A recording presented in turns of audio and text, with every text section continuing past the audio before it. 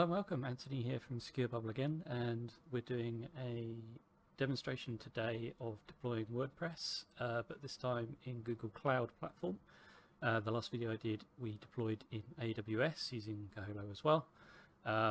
Exactly the same going on here, except we're going to do it in Google Cloud.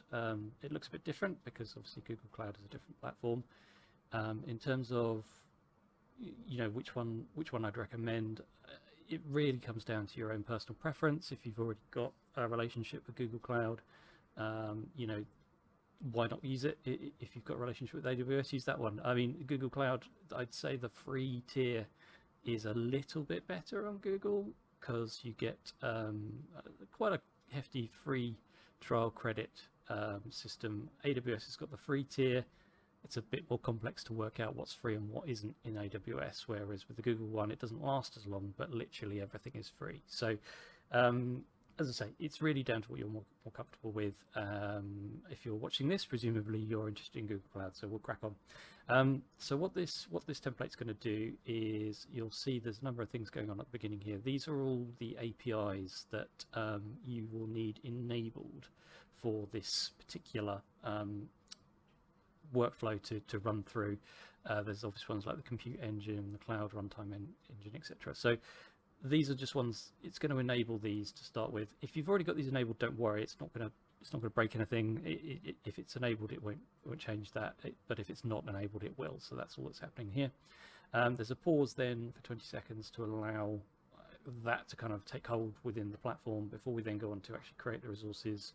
So we're going to create a VPC, which again is like a sort of a virtual network environment within Google Cloud, a subnet for that to run in, some firewall rules that will essentially allow us to talk to the new WordPress instance that we're creating, the WordPress instance itself, and then at the end we've got our, similar to the AWS, we've got a Slack channel that we're going to send a message to just to say that's complete. So again, you don't have to use all of these. If you've already got a virtual VPC and a subnet, you can take these out. It's up to you, but this will build it end to end. The nice thing about having your own virtual network for this is it's not going to kind of interfere with anything else you might have running in Google Cloud.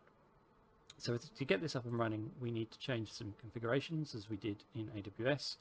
There's a few here that I've set for you that they're all changeable, but these are just kind of defaults, and then there's some that you're going to have to fill in yourself based on your own requirements. So we've got the project and the project number. We'll come to that when we go to the Google platform so that I can show you how you can get those. The region and the zone that you're going to deploy in, which depends really on sort of the part of the world that you're located in. The tag and name and the subnet, these are all kind of customizable. If you don't know, or you're not worried, then just leave them as default. Bitnami-Launchpad, we're going to use the same image we used with AWS, which is the bitnami-WordPress image, but we'll need to get the image name of that to make sure that we're using the latest version. Machine name and size. So again, if you want to build a larger, you're going to have quite a lot of traffic, you can build it larger. If you're not sure, stick with this one. You can always make it bigger down the line. And then finally the Slack channel that we're going to send our notification to. I've still got my same Slack channel I used for AWS, so we're going to send a notification to that. So that's what we're going to need to fill in. So to get started, we need to get some of this information. So let's switch to our Google Cloud platform. So I've got kind of a default project here which is empty, but what I'm going to do is actually create a brand new one just so that you can kind of see that happening. So if we go to our projects and go to new project, and we can call this whatever makes sense to call it. I'll do for me. If you've got an organization, obviously that will be there. You might not have one. It really depends whether you kind of linked kind of domain name into Google or not. So if you haven't got one, don't worry, you don't need one. You just need the project. So we'll create that, and that takes a few minutes, and we'll just get to that. Once that's there, we can see that's finished there now. So we can now switch to this new project, and then we've got the information that we need to populate. So the project ID is the one that we need. So in this case, it's just that Kaholo WordPress. If you've automatically created one, you might find there's some sort of numbers attached to it. But yeah, the project ID, that's what you need to put into the first field, and then the project number, which is this one here. So we'll grab those 2 bits of details. Okay, so now we move on to the region zone. So this, as I say, depends where you are. I'm based in the UK. For me, the obvious region is sort of London or Europe somewhere. If you Google Cloud regions, you can find a list of these regions here.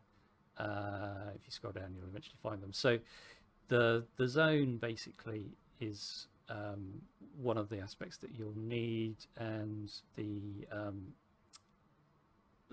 kind of the region is kind of the first bit of that. So if we do London, here's London, so I'm going to build in London. I can choose any of these zones, it really doesn't matter. We're only building one instance again, so we can't put it in multiple. There may be something I do around that in the future, but for the moment we'll just choose zone A. And there we go, so we've got that detail. So the next thing we need to find, as you can see that we're missing, is our image name. So this is very similar to how we had to find it in AWS. We're going to go and find basically the version, the latest version that's available of the Bitnami image, and then we're going to use our command line tool to find that. So what I'm going to do is go to the marketplace within Google Cloud, and then within marketplace I'm just going to search for Bitnami-WordPress, and then we want just the basic version. We don't need multi-site, multi-tier, any of that. We just want the basic WordPress certified. So click into there, and then what we're going to get is the version number here. So that's the key bit that we need. So we're going to copy this, and then I've kind of, if you've seen the AWS video, this will be familiar. I've got a kind of command line ready-made that we are going to need to just attach that version number to the end to get our image name. Now to run this, you're going to need GCloud CLI installed on your machine. I will post the link on how to do that in the description, so you'll need that installed already. And then once that's installed, you just run this command. And notice we picked up the project, which is the same project we had in our config, and there we go, we've got the 2 images associated with that version. You'll notice in one of them you've got MT. You don't want that, that's the multi-tier version. We just want the straight normal version. So I'll copy that there, and then paste that into our image name, and there we go, we've got all of the details we need now. Now the next thing we need to do within this is actually set up a service account. Now I've built a project from scratch, so I haven't got this already configured like I did with AWS. Remember, the AWS we needed the IAM user key. So with this we're going to create a service account that lets us basically access our GCP resource. So we're going to go and create that in Google Cloud. To do that, we go to the IAM and admin section, and then service accounts. And that will bring up, and as you can see, we've got nothing here because we've just literally created this project. So let's create our service account, and we can call this whatever makes sense. I'm going to call it Kaholo pipeline. You can give it a description if you like. So service account for building in Kaholo, and then we click create and continue. Now we need several roles for our pipeline to work. There's actually 4 roles altogether we're going to need to assign. I mean, you could just assign the owner role. That gives it the ability to do absolutely everything. I'm going to try and be a bit more security conscious. I'm going to give it the viewer role, so that just lets it see everything in Google Cloud but not actually make any changes. That just helps to kind of cut down the number of roles that you need. The next one we do, obviously what we're working in is compute engine for here. So we need the compute engine. I'm going to give it compute admin. Gives it the ability to do everything, including creating the VPC and the instance. You could tie that down further, but for this purpose, this will do. Obviously, once you've finished, you could just delete the service account. So you know, we're not going to be too worried. The other ones we need, I'm just going to search for. One of them is service account user, which does appear here. There we go. That gives it the permission to run, essentially for this account to run as a service account and to actually create the results that we need. And then finally, there is a role called service usage admin. There it is, and that's going to give it the ability to enable those APIs that I talked to at the beginning. So those are the 4 rules we need. So we can click continue. We don't need any users to access this account, that's fine, so we can click done there. And now we've got our service account. What we now need is a key, basically, to allow Kaholo to actually use this service account. So if we click within this and then click on keys, we can add a key, and you want the JSON format, and click create, and that's going to download our private key to our machine. So that's not stored in Google, that's only stored on our machine. So if we now let's open this up. Those that saw the AWS video will know that I recommended a tool called Notepad++. It's just it's a nicer tool than Notepad. You don't really need anything special, so Notepad will do here, but we're just going to open that up and copy that key.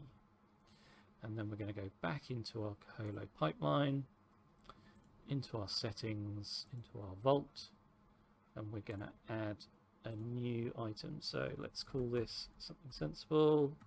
Let's call it the GCP service account. And then in the value there, we're just going to paste that JSON token and save. Okay, so we've got our token. What we have to do now is actually go back into the pipeline that we've imported, and we need to configure every single one of these resources to use that new service account, which is a little bit laborious.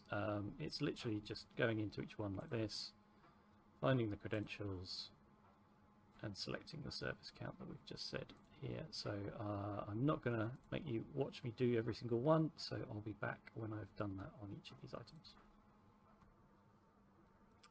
Okay, so I have now completed that on each of these. So if we have a look just at a few, we'll see now that this is using the service account for every single one. The important thing I need to do is save that. There we go. The eagle-eyed of you might have noticed also the Slack token when we looked at the vault. Slack does need you to create a similar token for this to work. I'm not going to go through that in this video because it's kind of a separate thing, and it takes a little while. If there's enough interest, I may well go through that again in another video. But yeah, you'll need a Slack token, access token, to be able to send messages to Slack. But yeah, that's just there. So that's kind of ready. The only other thing I'm going to recommend as well, just because the timings of this, sometimes this takes a few seconds, sometimes it can take a few minutes, and the pipelines, yeah, they can, I don't know. So I'd recommend, if in your Google Cloud platform, if you just go to the compute engine area, this is if you've created a new project and this hasn't already been done, just enable this compute engine API manually. I mean, the pipeline should do it, and the results I've had is sometimes it works, sometimes it doesn't. So if we just go and do it manually, the others all seem to be fine. This one for some reason does seem to take quite a long time, and I've had some timeout issues with it. So just do this, and then we should be pretty much guaranteed success. So again, like I say, I've found in some projects this takes a few seconds, and sometimes it's taken minutes. So again, I'm just going to pause while that happens, and then I'll speak to you when it's ready. Okay, so we have got a enabled compute engine now. Just make sure that's recording. Yep. Okay, sorry.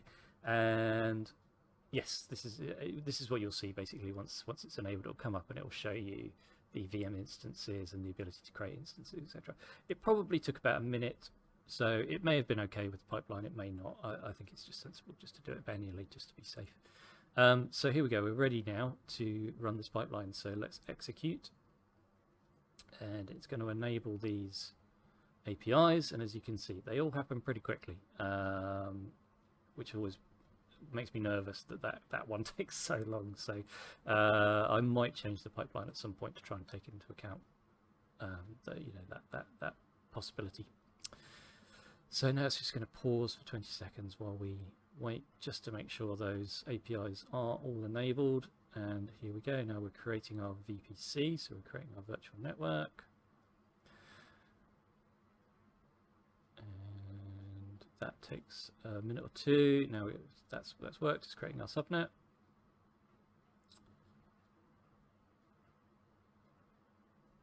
And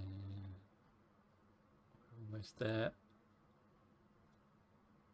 These tend to be the resources that take the longest. There we go. And now the firewall rules are being created. Finally, it's going to create our WordPress instance. And we'll see we've got all green so far, so it's all looking good. And there we've got a green, and there's our Slack message telling us that everything has worked. So wonderful. So we can now go back to the platform if we refresh there. There's our WordPress instance running. It's got a static IP assigned to it, and it's got SSH, etc. So if we just click on the static IP, now those that watched AWS, it took a few minutes for this site to kind of become available.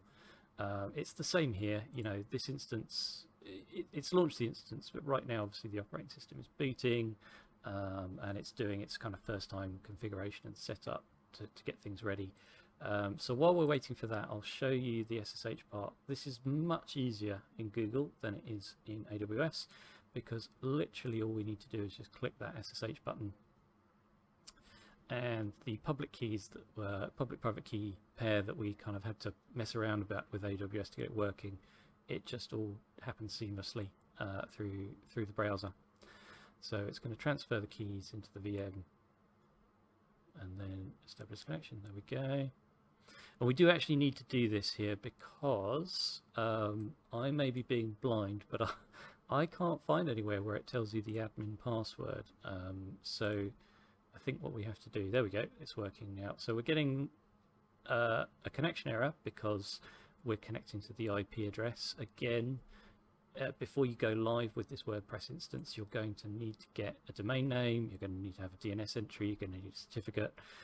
All of those things, I can do some future videos to show you how to do all of that. For the moment though, just to connect, we can proceed through to the IP address. Obviously, if you're going to a site you don't know, don't ever do this, because you know, these warnings are here for a reason. But this is a site we've created, we know that it's okay, so we can proceed through and we'll get the WordPress homepage. So as I showed you before with AWS, to get to the kind of the admin site, we just type admin there and we go there, but we don't know what the password is, so that's why we need the SSH session. That has opened up in a different window. There we go. Now to change the password for this session, you need a couple of commands.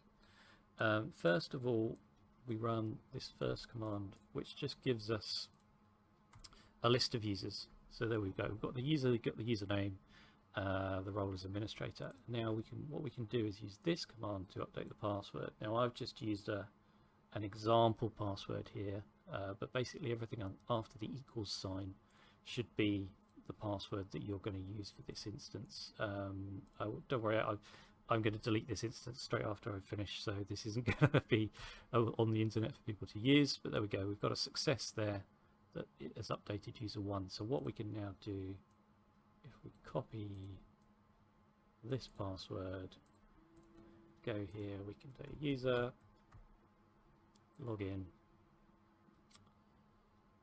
and Dashlane's going to desperately try and save this. Thank you. And there we go. Right, so we're in and we can do our WordPress admin. And that's it. So you've got full control of your WordPress admin page. You've got full control via SSH if you need it, and you're up and running. That's it. I hope that's useful. And obviously, if you've got any questions, anyone's having any problems, please do put some comments in and I will get back to you when I can. All right. Thanks a lot. Bye now.